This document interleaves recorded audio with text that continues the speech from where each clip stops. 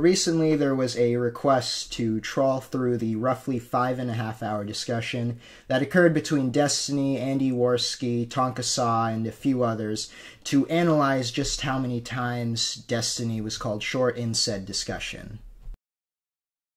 As I was doing my analysis, I felt the need to make this into a video because it's obvious that as we're approaching the crescendo of online discourse, we also need some very high-quality data analysis on top of it. In sum, there was a total of 104 implications of Destiny being short in a roughly 5.5-hour time span. I'll begin this video by just explaining my data gathering methodology and then go on to an analysis. Alright, so going through my data collecting methodology, I didn't include parts where Destiny seemed to engage in dialogue about his height. I did include super chats. If it was one statement, I tended to count it as one. However, if it was repeated for the sake of repetition, I counted it as multiple. And if the implication wasn't clear, I didn't include it. But I did include it later if it fit into the context. This is some really high-level stuff. For example, if a phrase used by Miss Venti was baby Bonnell, and I'm not sure anyone has ever really known what goes on in the brain of Miss Venti, so I didn't include it initially. I would invite people to critique my data collection analysis, but let's be honest, no one's watching that discussion a second time. It's too intellectually stimulating. Alright, so here is the data divided into roughly 15-minute time spans. I put the link to the Excel doc in the video if you would like to review it. I sure fucking hope not, but yeah. Since this is some high-level discourse, I included a fittingly high-level graph in the Excel doc, as we can see here. Look at this. This is some high-level stuff right here. This is how you analyze data. You see this?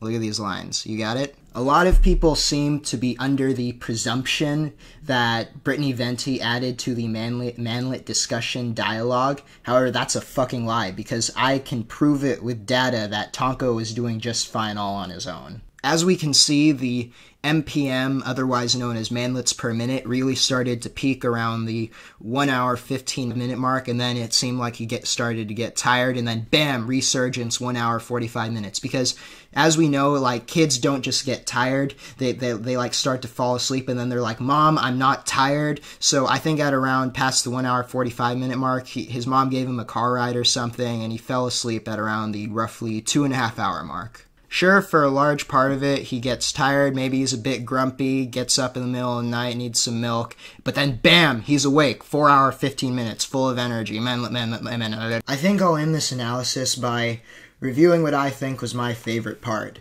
It happens at around 4 hours, 28 minutes, and 44 seconds, so you can listen along with me.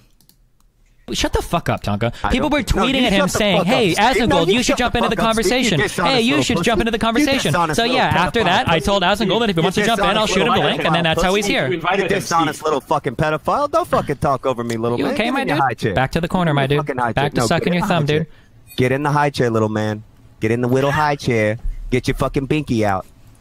Do you have extras? Do you have extras for Ian and Brittany too, buddy? In case you weren't counting, that was 11 implications in 17 seconds. It truly shows what a mind like Tonka is capable of. I'd like to end this analysis by stating that I hope we never have to do this again.